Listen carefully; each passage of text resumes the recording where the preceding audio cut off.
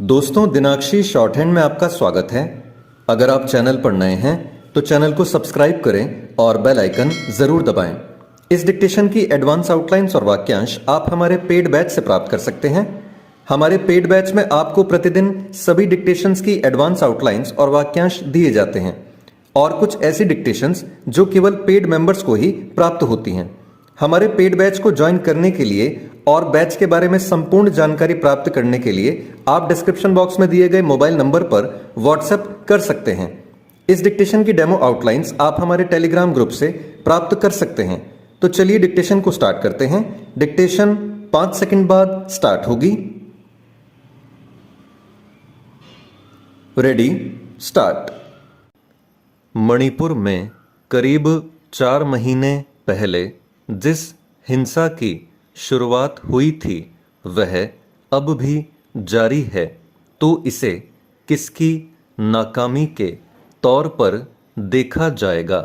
सरकार की जिम्मेदारी हालात पर जल्द से जल्द काबू पाने की होनी चाहिए थी, लेकिन फिलहाल वहाँ दशा यह है कि हिंसा की तस्वीर लगातार बिगड़ती जा रही है।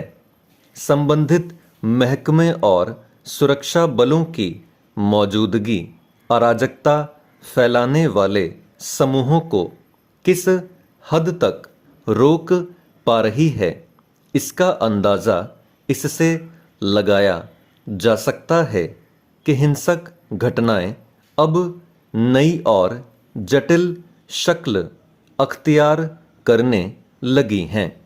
यूं मई में हिंसा की शुरुआत के बाद आदिवासियों ने इम्फाल घाटी में आने से परहेज करना शुरू कर दिया था, लेकिन किसी वजह से मंगलवार की सुबह 3 लोग इम्फाल पश्चिम और कांगपोपकी के सीमावर्ती इलाकों में स्थित इरेंग और करम के पास पहाड़ी सड़क का इस्तेमाल करते हुए लेमकांग की ओर बढ़ रहे थे।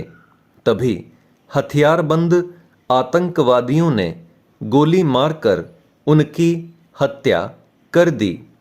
मारे गए तीनों लोग कुकी जोमी समुदाय के थे। गौरतलब है कि 8 सितंबर को भी एक हमले में 3 कुकी लोगों की हत्या कर दी गई थी। यानी एक बार फिर हिंसा की फैलती आग में कुकी जोमी समुदाय के लोगों के खिलाफ हिंसा का नया दौर शुरू हो गया है। मणिपुर में सेना के उतरने के बाद हालात थोड़े नियंत्रण में देखे गए थे, लेकिन ऐसा लगता है कि थोड़ी शांति शायद तभी दिखती है जब सेना सक्रिय होती है।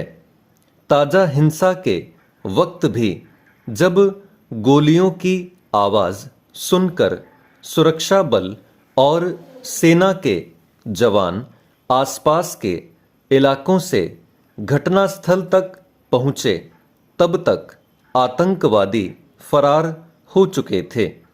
हालांकि वहां सुरक्षा बलों और पुलिस महकमे की ओर से आम नागरिकों को बचाने का प्रयास किए जाने की खबरें आती रही हैं, लेकिन हकीकत यह है कि अब भी वहां स्थिति बेहद संवेदनशील है और हिंसा के नए आयाम दिख रहे हैं। मई की शुरुआत में मैतेई समुदाय को जनजाति का दर्जा देने के सवाल पर शुरू हुई हिंसा अब तक राज्य में प्रभावी हैसियत में माने जाने वाले मैतेई और उनके बरक्स कुकी जनजाति के बीच ही रही है। लेकिन मंगलवार को 3 लोगों की हत्या से संबंधित खबर में चिंता की बात यह है कि इसमें उस इलाके में सक्रिय आतंकवादी समूह भी कुकी समुदाय पर हमला कर रहे हैं।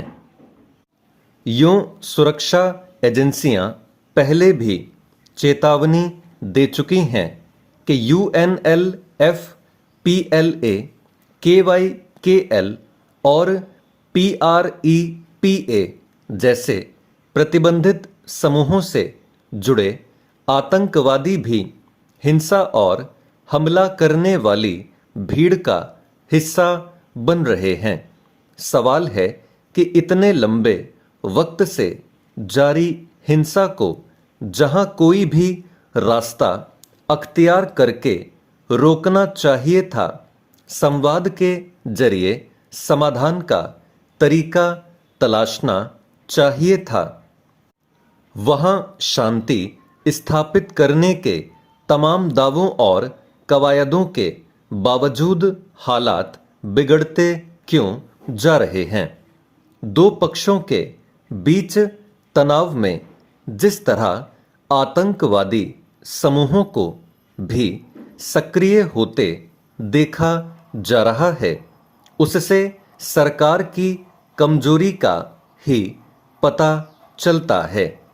ऐसे में जो समुदाय कमजोर हैं, उस पर हमले तेज हो रहे हैं। यह सब तब भी जारी है जब राज्य में शांति स्थापित करने के लिए सुप्रीम कोर्ट तक की ओर से दखल दिया गया, शांति और निगरानी समिति बनाई गई। इसके अलावा वहां पुलिस के समांतर सुरक्षा बल और सेना के जवान भी तैनात हैं। मणिपुर की हिंसा में अब आतंकवादियों का शामिल होना समस्या को ज्यादा जटिल शक्ल दे रहा है। इन बिगड़ते हालात की जिम्मेदारी आखिर किसकी है?